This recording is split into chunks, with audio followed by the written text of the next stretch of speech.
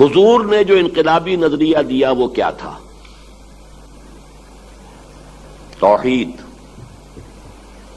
لیکن توحید آج ہم نے اسے عقیدہ بنا دیا ہے. توحید صرف عقیدہ نہیں تھی، زندہ قوت تھی زمانے میں یہ توحید کبھی. اور اب کیا ہے؟ فقط ایک مسئلہ علم کلام. اس سے زیادہ انقلابی نظریہ دنیا میں ہے ہی نہیں. تینوں جو ظلم کے ایسپیکٹس ہیں ہر ایک کے اوپر تیشہ بن کر گرتا ہے. توحید کا ایک منطقی نتیجہ کیا ہے؟ حاکم صرف اللہ، ان الحکم الا للہ. انسان کے حاکم ہونے کا کیا سوال؟ ساورنٹی صرف اللہ کی. سروری زیبا فقط اس ذات بے ہمتا کو ہے، حکمراں ہے ایک وہی باقی بتان آزری. انسان کے لیے خلافت ہے، بادشاہت نہیں.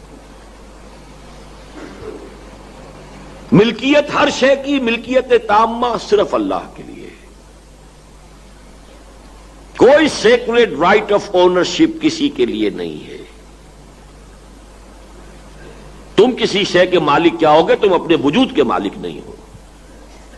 یہ بھی تمہارے پاس امانت ہے اللہ کی. تو کوئی گھر دے دیا ہے، دکان دے دی ہے، کھیت دے دیا ہے، مالک کا سوال کیا ہے؟ لہو ما فی السماوات وما فی الارض. یہ امانت چند روزہ نزد ماست، در حقیقت مالک ہر شے خداست. رزق خود را زمی بردن رواست، این متاع بندہ و ملک خداست. کسٹوڈین ہو تم، ٹرسٹی ہو تم، مالک نہیں ہو. اور تمام انسان پیدائشی طور پر بالکل مساوی ہے. پیدائشی طور پر کوئی اونچا نہیں، کوئی نیچا نہیں، کوئی اعلیٰ نہیں، کوئی ادنا نہیں، کوئی گھٹیا نہیں، کوئی بڑھیا نہیں. نسل کی بنیاد پر، رنگ کی بنیاد پر، شکل کی بنیاد پر، زبان کی بنیاد پر، جغرافیے کی بنیاد پر، جنس کی بنیاد پر کوئی اونچا نہیں، کوئی نیچا نہیں. جو گیون چیزیں ہیں انسان کے لیے. اب جو جسم اسے ملا ہے، جو رنگت اسے ملی ہے، جو شکل و شباہت اسے ملی ہے، جس علاقے میں پیدا کیا گیا ہے، وہی بولی وہ بولتا ہے، یہ تو اللہ کا فیصلہ ہے، اس کا اپنا چوائس تو نہیں. بائی برتھ جو چیزیں ملی ہیں ان میں کوئی اونچ نیچ نہیں.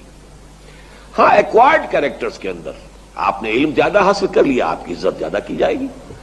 آپ کا تقوی زیادہ ہے، آپ کی عزت زیادہ ہو جائے گی. ان اکرمکم عند اللہ اتقاکم، یہ ایکوائرڈ چیزیں. سماجی ناانصافی، معاشی ناانصافی اور سیاسی ناانصافی سب کا کامل توڑ ایک ضرب. یہ ہے نظریہ جس کو حضور نے پیش کیا.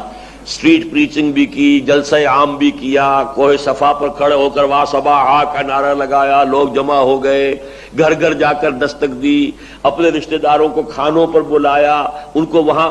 بات تو ایک ہی جو میں نے کہا تھا، جو اویلیبل ذرائع تھے وہ اختیار کیے. تو پہلا مرحلہ ہے توحید. لیکن توحید صرف ایک عقیدے کے اعتبار سے نہیں، ایک نظریہ اجتماعی کے اعتبار سے. اور اس توحید کو وہی بات اب سمجھ میں آ جائے گی. آپ توحید کا واعظ کہہ رہے ہیں تو وہ کیا سمجھے گا آدمی؟ ایک عقیدے کی بات ہو رہی ہے. جب تک یہ نہیں بتائیں گے کہ توحید کی ایک کرولری یہ بھی ہے کہ حاکمیت انسان کے لیے نہیں ہے، اس وقت تک یہ انقلابی نظریہ کہاں بنے گا؟ ملکیت انسان کے لیے نہیں ہے، امانت ہے، انقلابی نظریہ کیسے بنے گا؟ اللہ ایک ہے، اللہ کی صفات یہ ہیں، کوئی اس کا ضد نہیں، کوئی ند نہیں، کوئی کفر نہیں، کوئی مثال نہیں، کوئی مثیل نہیں.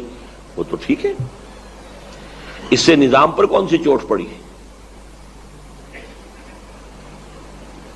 اور اس کو آپ کو جدید اصطلاح میں اور جدید علمی سطح پر ری انٹرپریٹ کرنا پڑے گا.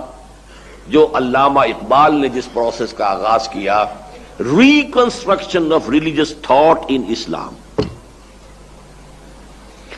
فلسفہ ہے، جدید سائنس ہے، ہائر میتھمیٹکس ہے، ہائر سائیکالوجی ہے، اس کے حوالے سے توحید کا اس بات، ایمان باللہ کا اس بات اگر یہ آپ نہیں کر سکتے تو توحید کا واعظ کہتے رہیے گا، وہ ایک انقلابی نظریہ نہ کوئی سمجھے گا اسے، اور نہ اس سے کسی انقلاب کی داغ بیل پڑے گی۔ سمجھیں گے وہابی مولوی ہے کوئی توحید کی رٹ لگا رہا ہے، بس اللہ اللہ خیر سلام، اور اس کے ہاں نفی بھی ہوگی تو قبر پرستی کی ہوگی، انسانی حاکمیت کی نفی تھوڑی کرے گا وہ، قبر پرستی کی نفی۔